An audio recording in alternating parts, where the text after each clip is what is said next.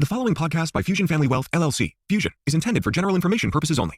No portion of the podcast serves as the receipt of or as a substitute for personalized investment advice from Fusion or any other investment professional of your choosing. Please see additional important disclosure at the end of this podcast. A copy of Fusion's current written disclosure brochure discussing our advisory services and fees is available upon request or at www.fusionfamilywealth.com. Welcome to the Crazy Wealthy Podcast with your host, Jonathan Blau. Whether you're just starting out or are an experienced investor, join Jonathan as he seeks to illuminate and demystify the complexities of making consistently rational financial decisions under conditions of uncertainty. He'll chat with professionals from the advice world, entrepreneurs, executives, and more to share fresh perspectives on making sound decisions that maximize your wealth. And now, here's your host.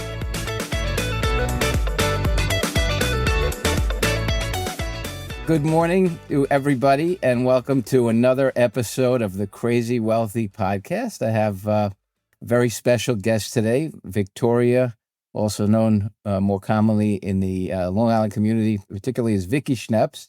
And we're going to talk about her journey from school teacher to media industry mogul, because that's what just came to my mind. So I'm calling her that.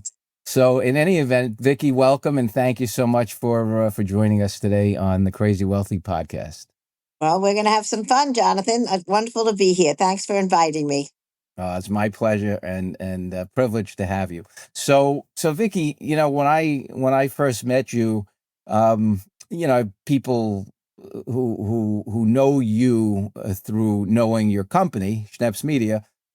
Some people suggested, I think her husband founded the business and so on and so forth. There's all these things that nobody even knows what they're talking about, but just that's cultural, right? People, it's biases, right? And so the biases lead what our beliefs are, even if they're false. And so I want to start by talking about, in our discussion in preparing for this, you mentioned that you were a school teacher initially, and you had this ideal lifestyle in your head that you were going to embark on when you married a lawyer. You were going to move to the suburbs, have a white picket fence, and let's talk about how that dream turned into something entirely different and evolved into Schneps Media.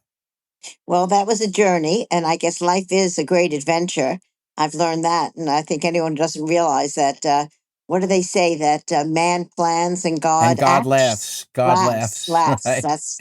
That's very true of my life, because I wanted to be a teacher since second grade teacher, Mrs. Boroff. I fell in love with her, and I always wanted to be just like her. So I got my master's degree in teaching, and my firstborn daughter, Lara, who came to me 5 years after I was married, so she was a great joy to be arriving. I had a very difficult delivery, and within hours of her cesarean birth, she turned blue in the nursery, and they didn't catch it fast enough, although she was discharged as being perfect, which she looked perfect. She, in fact, showed no development. And after 3 months of seeing her twiddling her eyes, my doctor saw it and sent us to the hospital right from his office, because it turned out those were seizures. And then the journey for a cure began. And when there was no cure, one of the pediatric neurologists said to me, "You've got to come to the realization she'll always be a 3-month-old."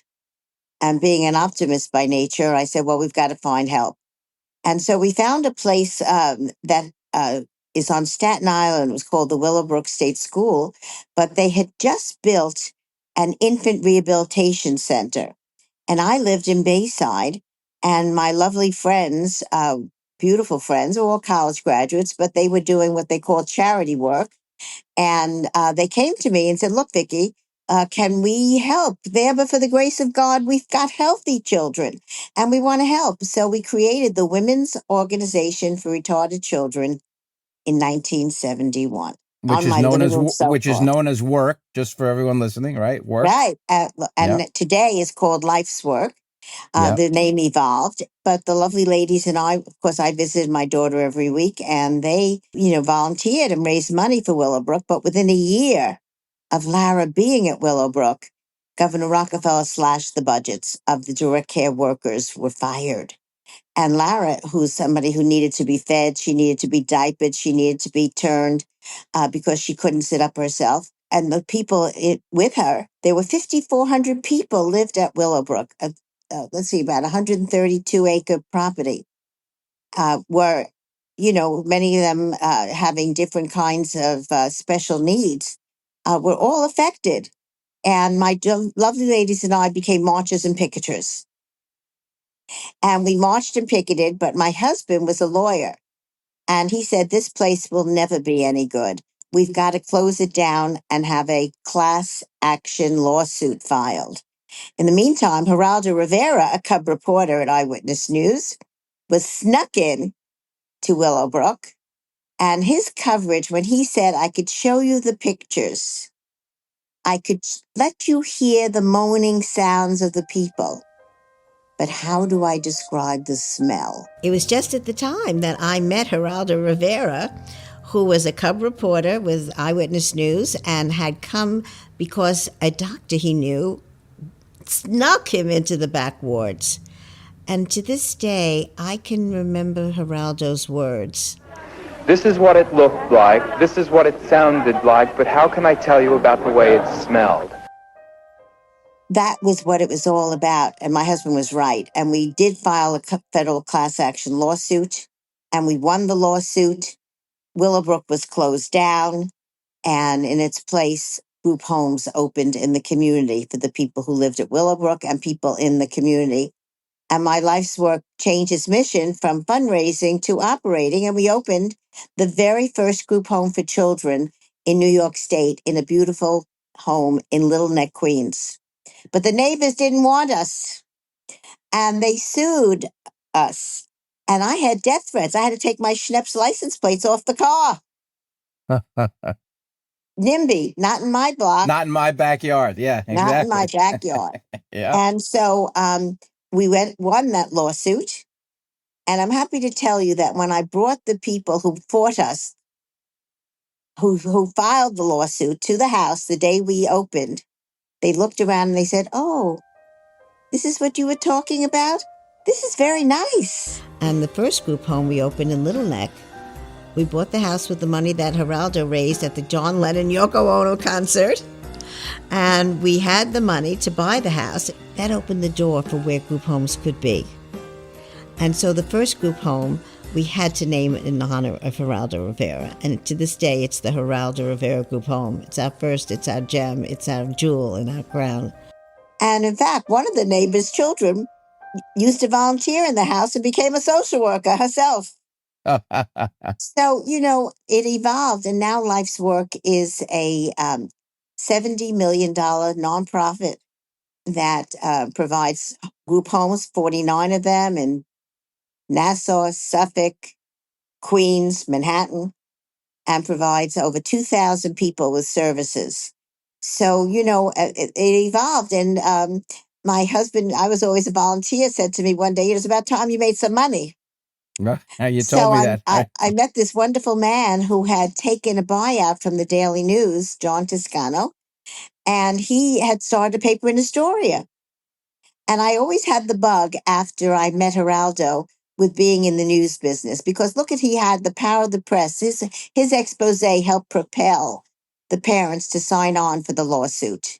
And propelled Schneps Media, because he was the catalyst. I said, right? one day I'd like to be in the media business, and there I was. But it was a very simple beginning, Jonathan. He worked from his house, I worked from my house. We wrote every article. We invested.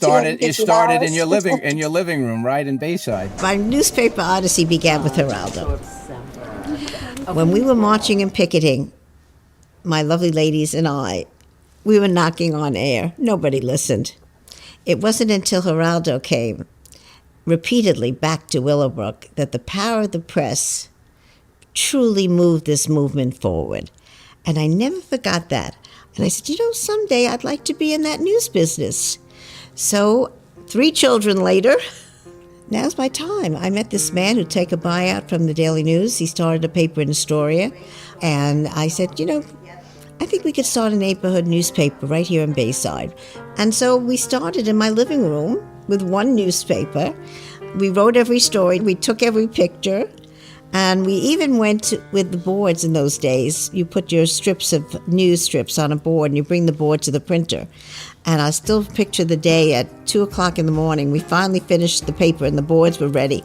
And we went to Long Island City to get it on the web presses, these massive presses. The same sofa that I started life's work.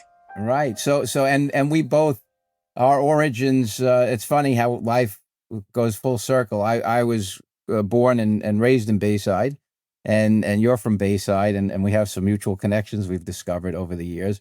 Yes. But the paper originally was called the Queen's Courier, right? It still is. And 40 it was years strong, we're celebrating. and the Bayside Times was the big publication. Well, they were my competitor.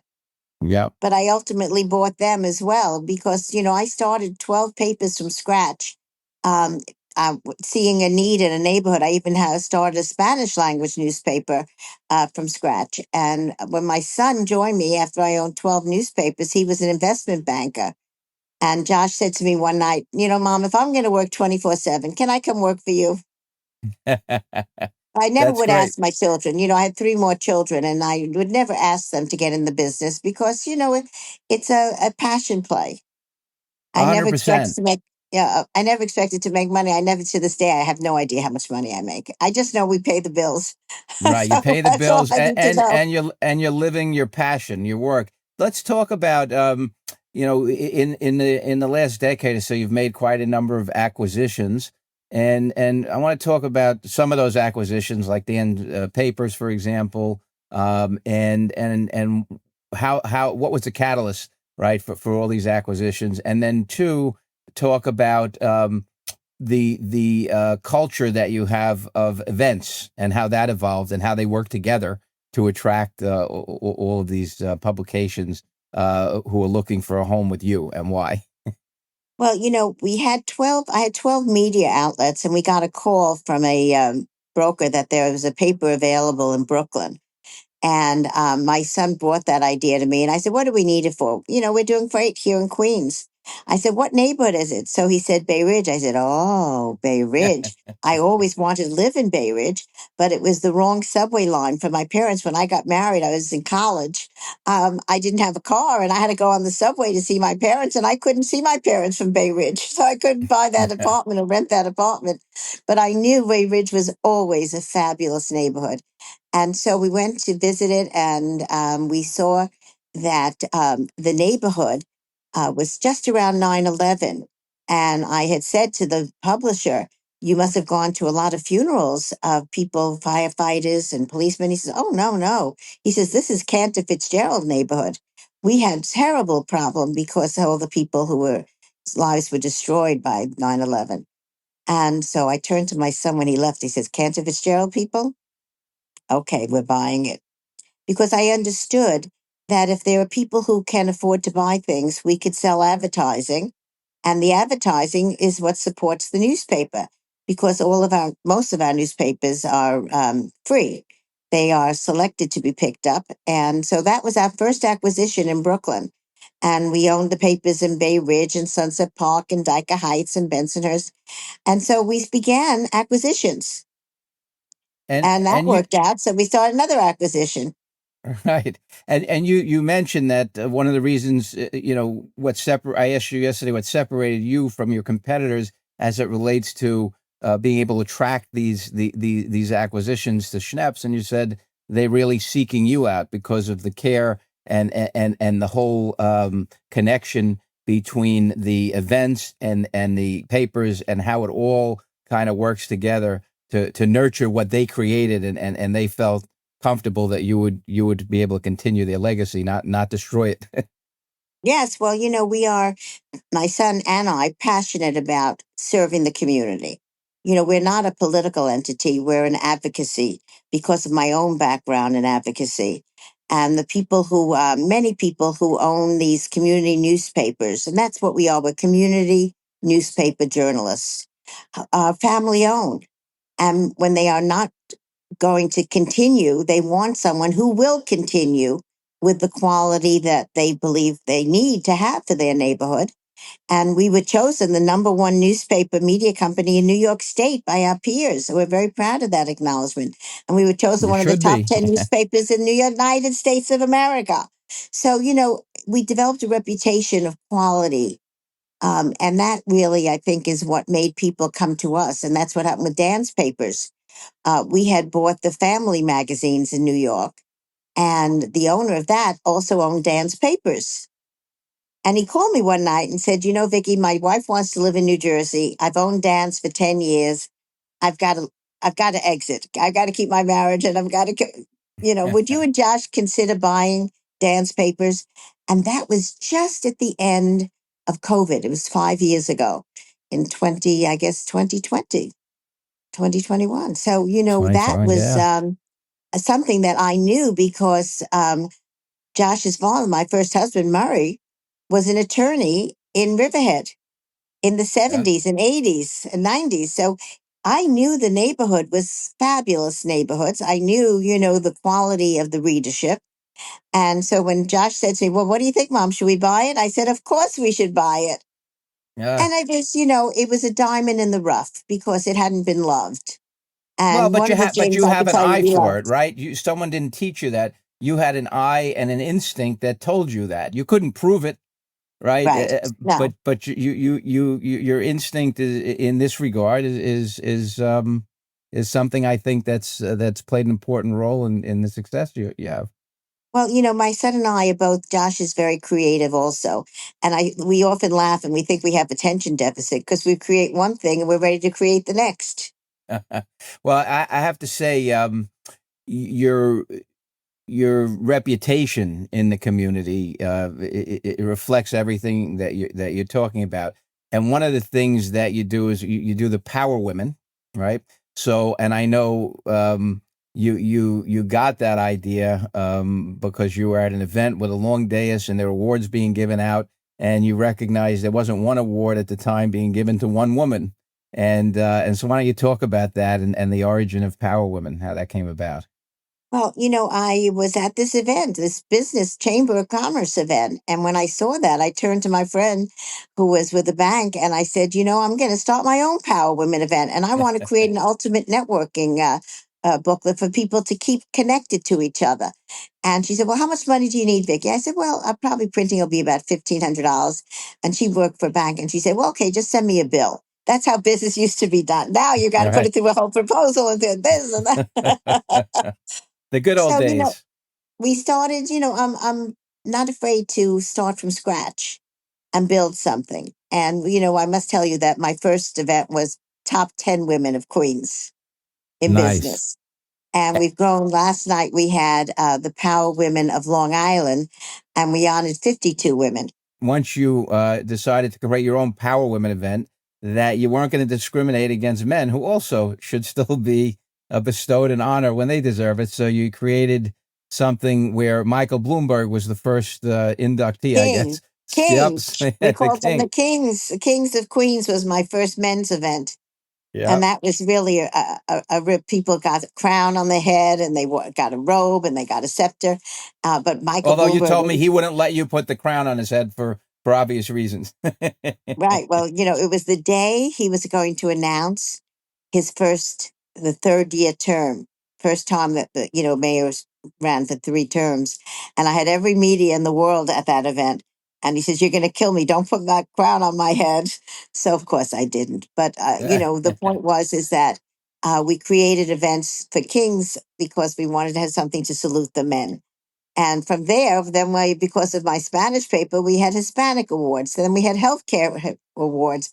Then when we acquired papers in Brooklyn, we had Brooklyn awards. And now we call it the Brooklyn Power List for the men and women. And we still have the Power Women events in every region where we have a media outlet.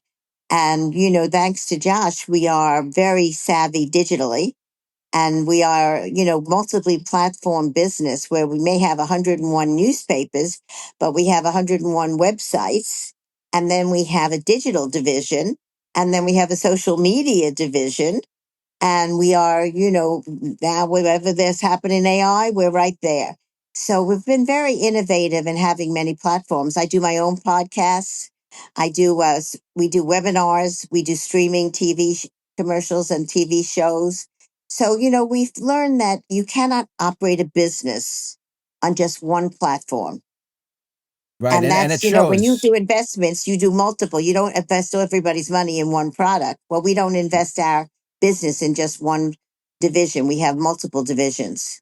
Right. Well, it's true. And, even in terms of educating people about how we can help them, we don't have one platform, right? So me meeting with someone, explaining it as one platform, me creating newsletters, right, to educate people about, we're specialists in behavior, about what's going on with the tariffs and what it means and what you should or shouldn't do. And then I have the podcast, right? So there's all different ways. I call the when we talk about behavioral, and you've worked with me, so you understand what I mean when we work behaviorally. So at the end of the day, when people take vitamin C, the vitamin C, if you don't take it the next day, it does you no good. It's soluble, disappears. And it's the same thing when somebody's reflecting on the tariffs and, gee, I'm going to change my portfolio. And then I talk to them and talk sense into them and get their temperament steely so that they don't react to the fear. They can feel the fear, but don't respond. But some people, I call my newsletters my vitamin C, because as soon as they leave my call and turn on the poison on CNBC, my vitamin C leaves them, right? So the newsletters are the vitamin C, but then people sometimes don't like to read, to your point. So I came up with the podcast. That's like my intravenous vitamin C, right? For those who don't like to read. But it's the same concept, right? You have to figure out that everybody doesn't receive information the same way, doesn't respond to things the same way. And that's what you're talking about with the digital. And you also have now 50 events, right? 50 different events. And so what gave you the idea that the events would really bond so well with the press, right? To really boost your organization to what it is, because you're not just press, you're not just writing stories. It's a whole ecosystem, is the way I describe it. One feeds off the other. Our theme, Jonathan, is we're all about you. So if you think about being all about you, there are many facets to you. And so with community journalism, we're talking about the people who make the communities great. And it was natural for us to create these events around our media and the locations where our media is. So that really propelled us to have the papers be a springboard to our events. So when we bought Dan's papers, we do Dan's Power Women and we do Dan's Power List and we do Dan's food events and Dan's Taste of the Hamptons. And we evolved from that. And now we're doing something new, which is called Schneps Connects, where we're blessed to have a breakfast where we bring together a smaller group. Because last night we must have had about 500 people at Crest Hollow. Right. We have here, a breakfast was launching with Schneps Connects with smaller groups, more intimate. And we're going to have a guest speaker, Jim McCann, who founded 1-800-Flowers, talk about AI impacting his business and how he's using it. So, we're always evolving and things kind of fit. It's like a giant jigsaw puzzle. Well, One you know what? fits into the other. You have the value of all the connections, to use Schneps Connect, right, that you've created over the years. People who were honorees, thousands of them, you said, and now you came up with this idea with these events and let all of these thousands of people who were at one point or other recipients of one of the Schneps Media Awards to connect with each other, right? Why lose the connection? They all have that in common, right? That Schneps Media recognition. And so now Well, I just want to add something in there because it's very important that because of my own advocacy work, at every event we hold, we identify a nonprofit organization and we do a raffle at the event and raise thousands of dollars at every single one of our events that we then give to the recipients of that night. And we do a video to let people in the audience know who they are and promote the nonprofit world. So that's a big piece of my business and my nonprofit world coming together. Let me ask you a question that's very interesting. How do you identify at which event, which nonprofit becomes the recipient at that event? Many times it'll be groups we know. In some cases, it'll be things that come to our attention. We have a committee of our events division where people will pitch different organizations to be honored and to be the recipient of the donations. And they all tend to be within that neighborhood of where the event is. So, last night, for instance, we gave money to the Tiegerman School. She has a school in Glen Cove for children with autism and special needs. We gave money to Paws of War, where they help veterans who have suffered from the war. And so, we are very judicious about keeping it local. Well, I'm going to encourage you to consider at some point, because it hits home for both of us. The organization that I'm involved with, the Sunrise Day Camps, it's underprivileged children with cancer, and their siblings get to go to camp for the summer. And That's a it's fact. So they go with the siblings and the yeah. child So who has the cancer? yep. So let me explain how Arnie Preminger, who founded it, who used to work for JCC in Oceanside, right, as a senior person, what he figured out is not just that these poor kids have something that they could never imagine going on in their life. This gives them a summer of sunshine through all through all those clouds.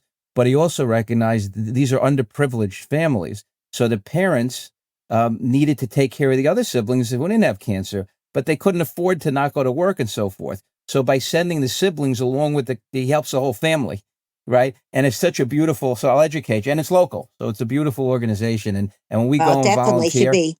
yes, Yes. it's wonderful. But before we close in the next few minutes, I wanted to talk about a couple of things. One is Lara, your daughter, right, who was the reason that really that all this happened. Out of tragedy came a legacy for her, right? That she really was responsible for, and something great came out of it for a lot of families and people who are unfortunately similarly situated. But also, one of the things I talked to you about on the phone is I'm always a big believer. My father was paralyzed when I was 11. He had rheumatic fever, which caused a clot, and had a stroke. Then he passed away when I was 13. And I wasn't, my mom was not the favorite of her parents. So my grandparents favored my cousins and always told me, yeah, you should be a Spanish teacher. You're not really meant to do anything, more than that.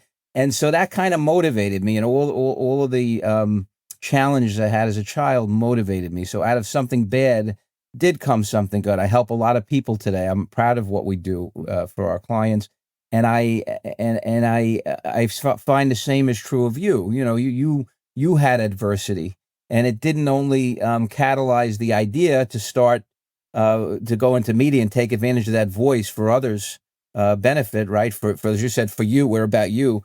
But it also motivates you. It motivates you to continue to succeed. It's not about money at this point for you and not for me. It's much more than that. So I want you to talk a little bit about that. And I also want you to talk about, lastly, what's the magic? You were a school teacher. You never had any formal training in media. You didn't have any formal training in business. So it can't all be luck. And we all have some luck in life, right? Luck is just outside factors that influence the outcomes that we have no control of. But that's not all of it. So I want you to talk about those couple of things.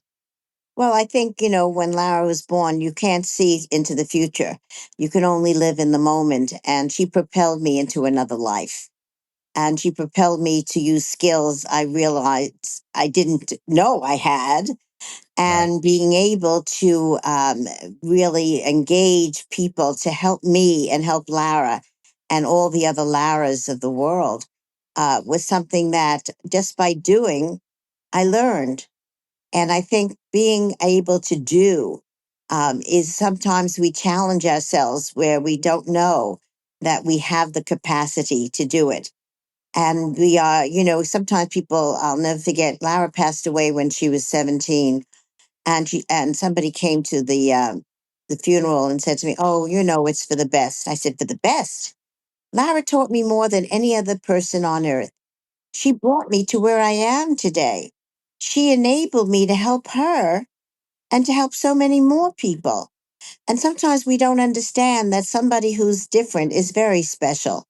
I call people with special needs, and these people who have the special needs give us something very special. Lara was my heart, my soul, my pain, but that's Right. life. That's That's what life. life is Right. all about. And Look, she my opened the father door. was one of my biggest motivators, right? As much as he was paralyzed, he was this, he was that. He was still to this day one of my biggest motivators, and he's been gone for the large majority of my life. So I get it, you learn experientially, right? I mean, that's the best way to learn. That's how you've learned, and you make mistakes.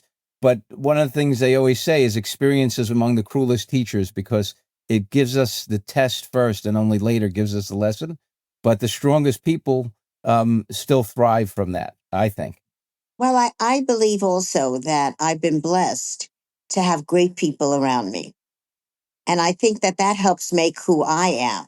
I may be the leader, the motivator, but you've got to have great people around you to innovate. And I was blessed that my son is as hardworking as I am. Nothing beats hard work, but I'm in a Yep. position where I never know, Jonathan, am I working or is this play? I don't know. To me, it's like interchangeable. I'm like you. I love what I do. When I sit with you in your house and go over what we're talking about, planning and so forth, and you say to me, that's interesting. That makes a lot of sense. That's my passion. It wasn't hard work. That's not hard work for me. When I do my podcast, not this kind, like an interview, this is wonderful, but my short versions where I teach people about a faulty reasoning process we have when money and uncertainty collide and how to overcome it once you identify.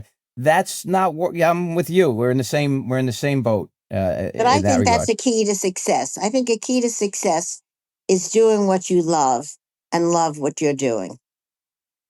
So my daughter, who sleeps to 2 p.m. again because she loves it, must be very successful. I just haven't seen it yet. Well, some people evolve at different times of their lives. No, I she's think, doing well on her own schedule. She's doing well. yeah, well, I think everybody has their own rhythm.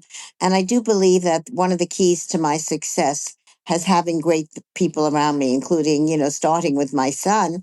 And then one of the things that happened with my acquisitions is that I got the greatest people that ran companies. To And in become one part of your case, company, right? to Yeah. become part of my company. Yep. In one case, we were acquired a company from Newsday, actually, and they were losing a lot of money. And they, asked us to challenge us if we wanted it. And I said, sure, we'll work with it. Well, we went and we interviewed everybody. We fired everyone because we realized why they were losing money. But we acquired their competitor, and there was stars after stars after stars. So we combined the two, and it worked out great.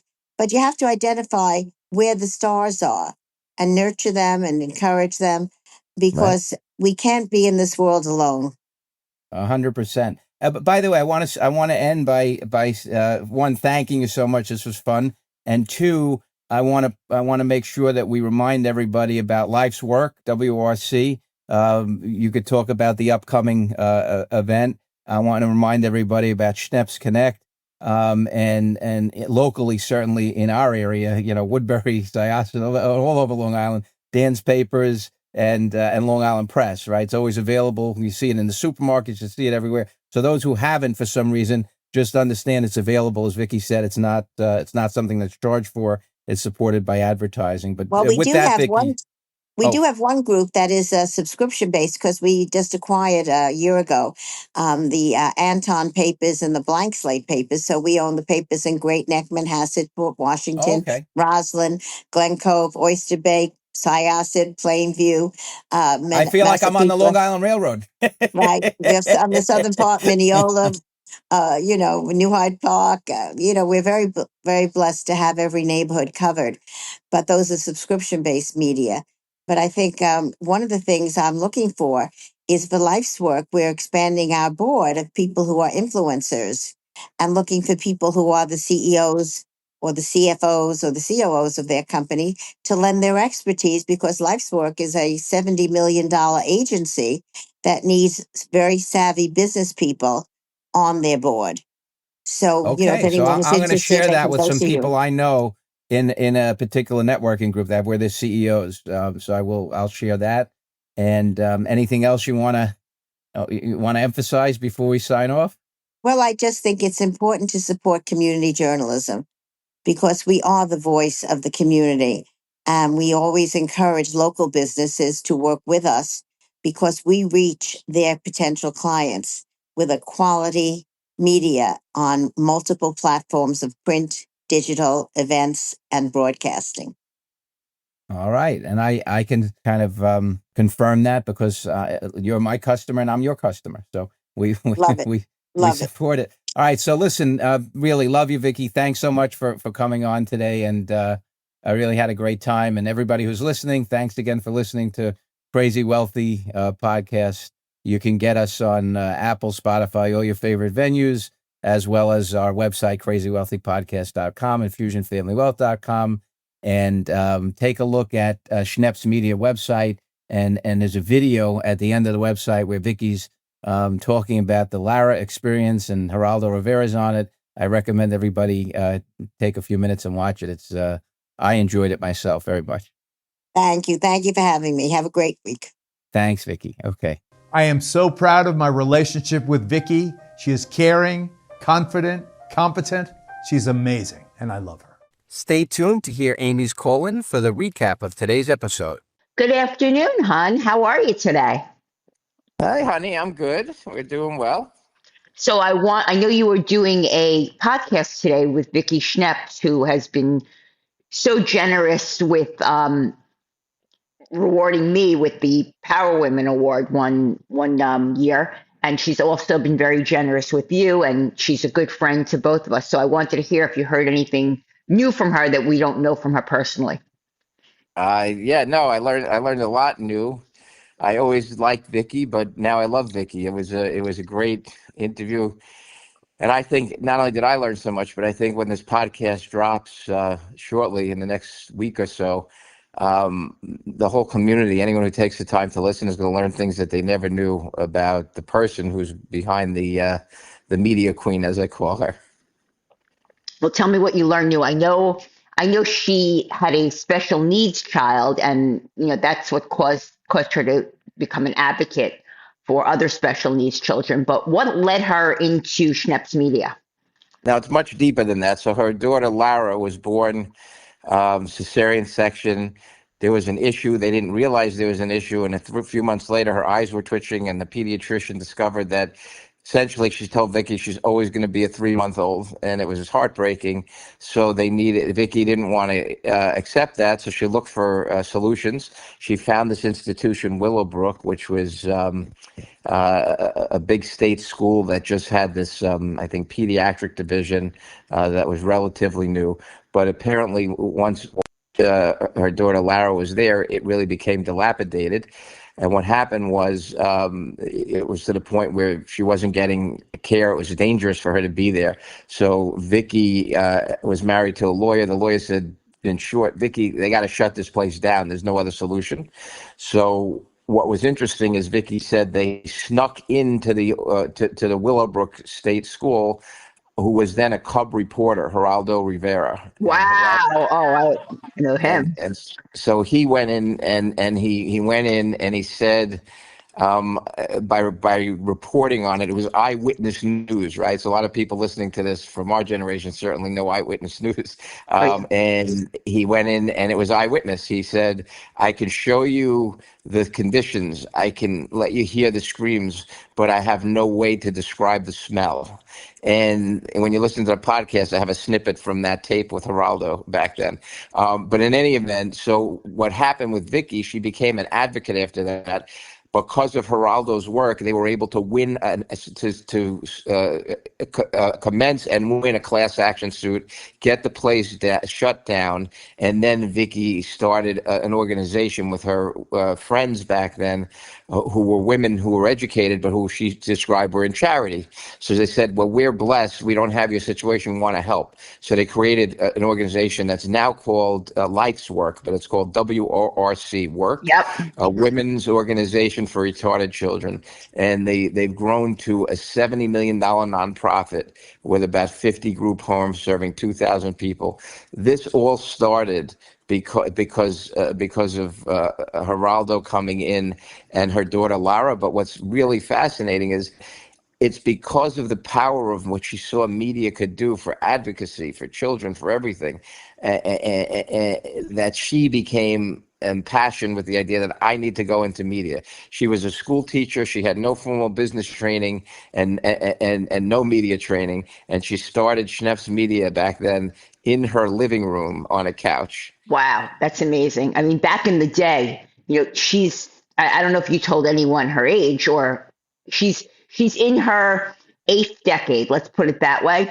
And she is They just also say that she's an octogenarian. right. She's a power monster. She really commands a room, and she has the respect of everyone. And she's a shrewd businesswoman, and that was very rare back in the day to go do that on your own. Well, she learned experientially. When I asked her what her secret is, she said, Jonathan, you've got to love what you do and you do what you love. And the other secret is surround yourself with good people. So I talked to her about all her acquisitions recently, like Dan's Papers and a whole bunch of others, and why they're attracted to her company as a buyer. And she said it's because we're about, she said, you, Y-O-U. And she said they know that we care and that we wouldn't destroy their legacy. We'd carry it on and perpetuate it. And so all of these people, she said, seek her out. But what she said is when she buys, like she bought this failing unit from Newsday. And when she bought it, she recognized why it was failing. She said she had to fire everybody. And then there was another media company that she bought, subsidiary from another company, that had stars, as she described it. She said, I merged the failing Newsday company into the one with the stars, and it took off. And she said it's all about making sure you get as many stars as you possible. So when she buys a company, she's not just buying the company, she's buying the people. Yeah, well, And one of the great papers that she bought, personally to me, is, in all our years of coming out to the Hamptons, was Dan's Papers. And that was always what I wanted to grab when I walked into a store in Montauk or in East Hampton. And, she's taken that paper to a whole other level. Yeah, no, she's done that with her organization. And she really, to his credit, she tells me, she didn't want her other 3 children. Lara passed away at 17, the daughter that was in Willowbrook, but her other 3 children, to force them into the business. She said, because she believes, like I do, you have to be passionate. You can't just go into a business. You have to do what you love and love what you do. But she said Josh works as hard as she does, and thank goodness he's also savvy with the digital media and the webinars, and they have a podcast. So she really couldn't talk enough about how wonderful Josh is and how additive he's been to the company, not because he's her son, but because of his work ethic and his creativity. So that was nice to hear. But I'll say one of the things that's on her Schneps Media website is a video at the end of one of the pages about the company. And when you hear the end of the video, it's Geraldo Rivera, and he says about Vicki, she's confident, she's competent, she's caring, and I love her. And I have to tell you, after I did the podcast, I shared some of those sentiments about Vicki. And well, I'm the funny thing is, looking forward to hearing it. I went to an event last week, and during the podcast, I said to her, I've met people who know your company, and I've met more than one person who said, yeah, I think her husband started it, which couldn't be farther from the truth. And then I went out a week after, or 2 weeks after we recorded the podcast, and one of a former partner from one of the big Long Island accounting firms said to me, how's your podcast going? And I said, I just recorded one with Vicki. It was really good, Vicki Schneps. He said, oh, yeah, her husband started the company, didn't he? It's just like literally it just happened. Right. It's such a chauvinistic way of thinking. And what's interesting is that she is now, it's almost like the opposite. Now she's put it in the hands, second generation, of her son. So it's the opposite of what you usually see. She did that, and the other thing that was nice is the way Power Women was born is she was at this big event, and Chamber of Commerce, I think, event, and there was a big dais of people who were getting awards, and it was all men getting awards, no women. So she said, well, I'm going to create my own women awards, my own power women. And she did it. And I think initially there was 10, and it just grew to this monumental power women, power dance power. There's all kinds of power events. But then she said, but I wasn't going to be chauvinistic. I felt that if there were men who were deserving of the awards, they should also be bestowed an award. So she created something called the Kings and the Kings and Queens. And the first recipient was Michael Bloomberg. He was running for his third term of mayor. And so she's friends with him. And she said, he wouldn't let me put the crown. I said, of course I won't put the crown on, because she said every media company in the world, basically is the way she described it, was at this event, and she didn't want him to be embarrassed, obviously, wearing a crown because he's coming to mayor. But I then reminded her, we weren't online when I reminded her, but about 2 or 3 years ago, Mike Bloomberg, I guess she was. Oh, I remember this. Yep. Right. I remember and this. She said, Jonathan, I think we should sell stocks. I said, why?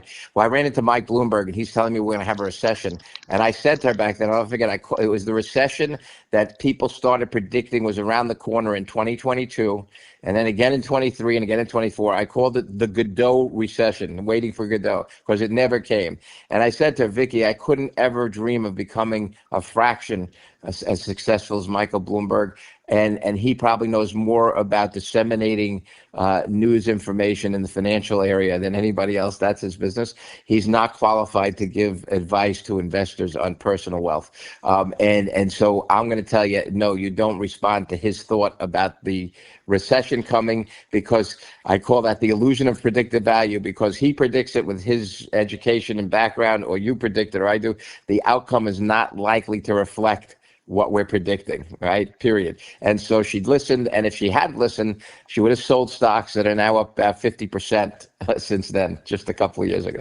It's amazing. You know, one thing I remember, besides her being a bulldog and a great business person, but I remember once, she told me a story that when everything started happening with her daughter, and she was being an advocate, she had to get rid of her Schneps license plates. And the same thing happened to me, but for a very different reason. I thought it was going to cost you business, because I was driving around these license plates. Because one of my key clients said, does your wife have a such and such car? I said, why? He said, yeah, because I saw her going about 80 miles an hour, and she went over the divider on Jericho Turnpike. I said, that's what I said, Amy, get rid of those nameplates. Yeah, so that I wish I was, 1/3 as shrewd as she was, but that's definitely something that connected us. Anyway, yes. I am going to sign off now. And hope everyone loved the podcast. And I can't wait to listen to it and hear everything new you learned about Vicki that we don't already know. But she's a great person, a great woman, and everyone should support her advocacy charity. All right, sweetie. Have a great day. Bye. Thank you for tuning in to another episode of the Crazy Wealthy Podcast. For more insights, resources, and to sign up for our newsletter, visit crazywealthypodcast.com. Until then, stay crazy wealthy.